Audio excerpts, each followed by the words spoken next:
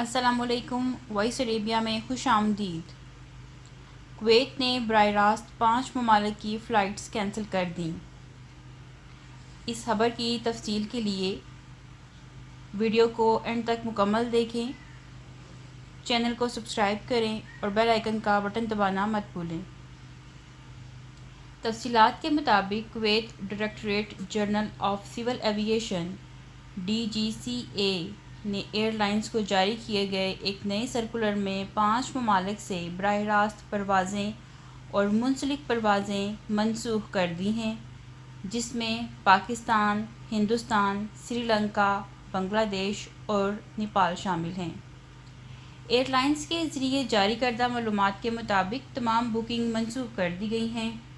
ان ممالک سے واپس آنے والے مسافروں کے لیے کچھ ایئر لائنز نے بکنگ شروع کر دی تھی، تاہم اب ان 5 ممالک سے براہ راست پرواز کرنے والے مسافروں کے لیے 10 اگست 2021 تک بکنگ منسوخ کر دی گئی ہے اور مزید بکنگ روک دی گئی ہیں۔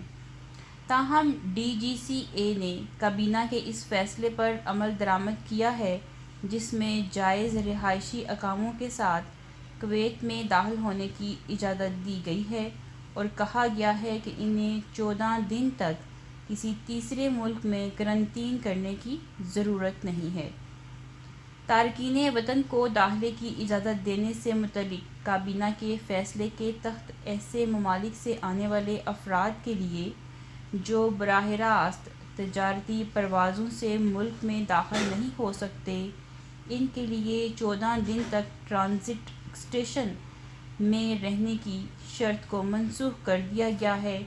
تاہم کویت ایئرپورٹ آنے والے تمام مسافروں کو 4 شرائط کو پورا کرنا ہوگا، جو کہ مندرجہ ذیل ہیں: درست رہائشی اقامہ اور منظور شدہ ویکسین میں سے ایک ویکسین کی 2 خوراکیں وصول کرنا، پرواز کی تاریخ سے 72 گھنٹے پہلے کا PCR ٹیسٹ فراہم کرنا، گھریلو قرنطین کے پہلے 3 دن کے دوران ایک اور ٹیسٹ کروانا اور نتیجہ منفی آنے کی صورت میں قرنطین کی شرط ختم ہو جائے گی۔